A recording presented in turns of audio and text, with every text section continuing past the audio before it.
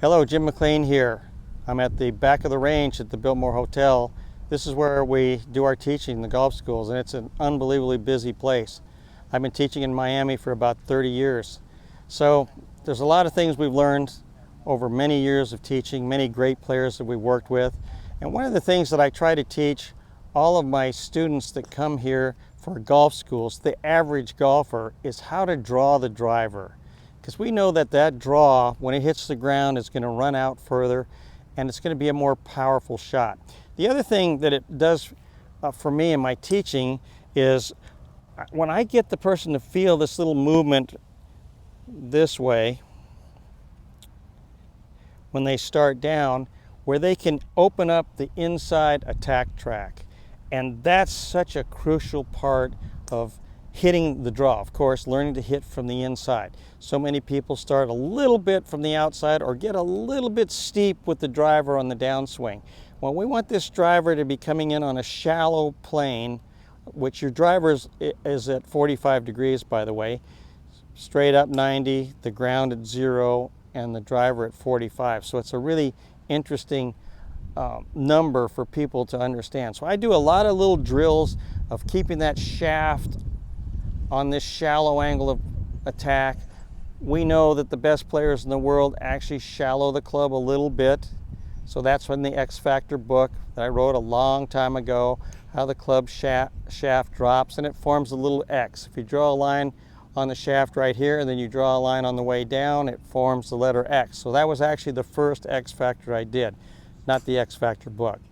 But that was a long time ago. So this has been an important part of my teaching. Now, in order for the average person to learn how to draw, we have to do a few things.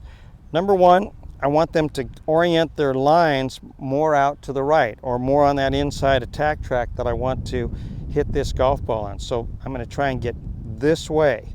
So that puts my feet closed, my knees a little closed, my hips a little closed, and my shoulders a little closed. I try to get them to get the lead arm. Let's talk about a right-hander for the rest of this video. The right arm a little more on top of the chest or a little more out in front of them, because a lot of you tend to get the arm a little bit on the side of your body, and when you do that, it gets your right arm on top of the left arm. So that starts you in a over-the-top slice cut position before you even take the club away. Now, I also wanted to mention grip pressure and the orientation of your grip.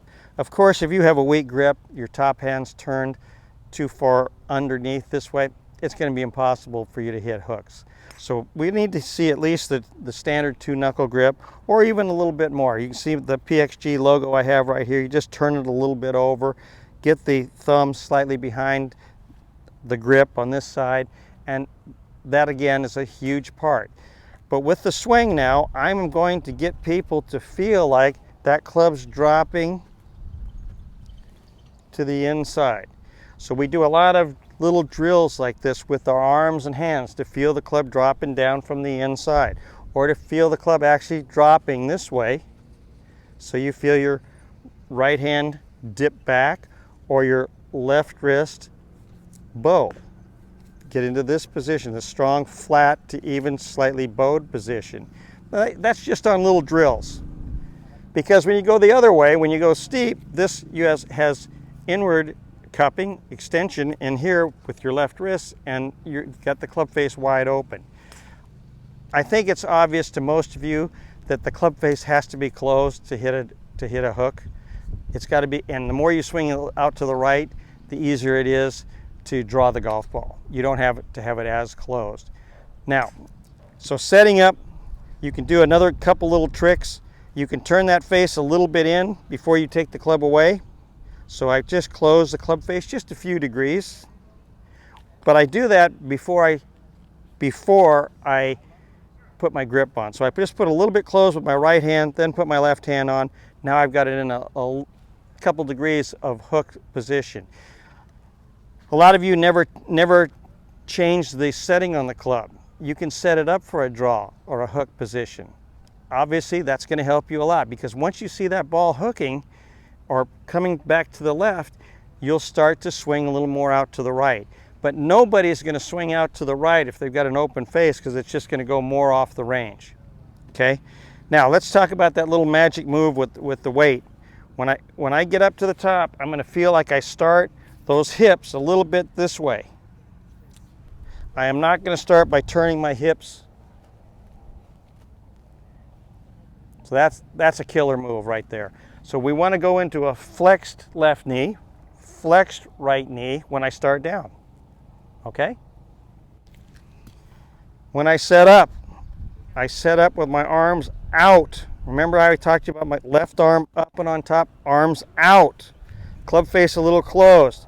Close my body. Shoulders, hips, knees, feet. Get everything a little bit close. Take the club a little more to the inside on the takeaway, which is more on your toe line. And then from there, we can just release the golf club to my full finish. And I'm kind of got myself in a 90% chance of hitting a hook, a draw. Okay, so those are the tips. Those are the ideas. There are a few more things I could put in there, but those are the major ideas that I use in my golf schools when we set up our average students to hit the draw with their driver. So I hope that helps you. I'll do one swing here, and then I'll hit a shot.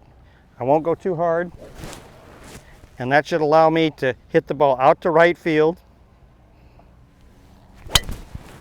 and hook the ball. I don't know if you could see that on the video, but that was a nice, pretty big hook because I set myself up in order to do it. Hope those tips help you. Hope you will subscribe to our channel.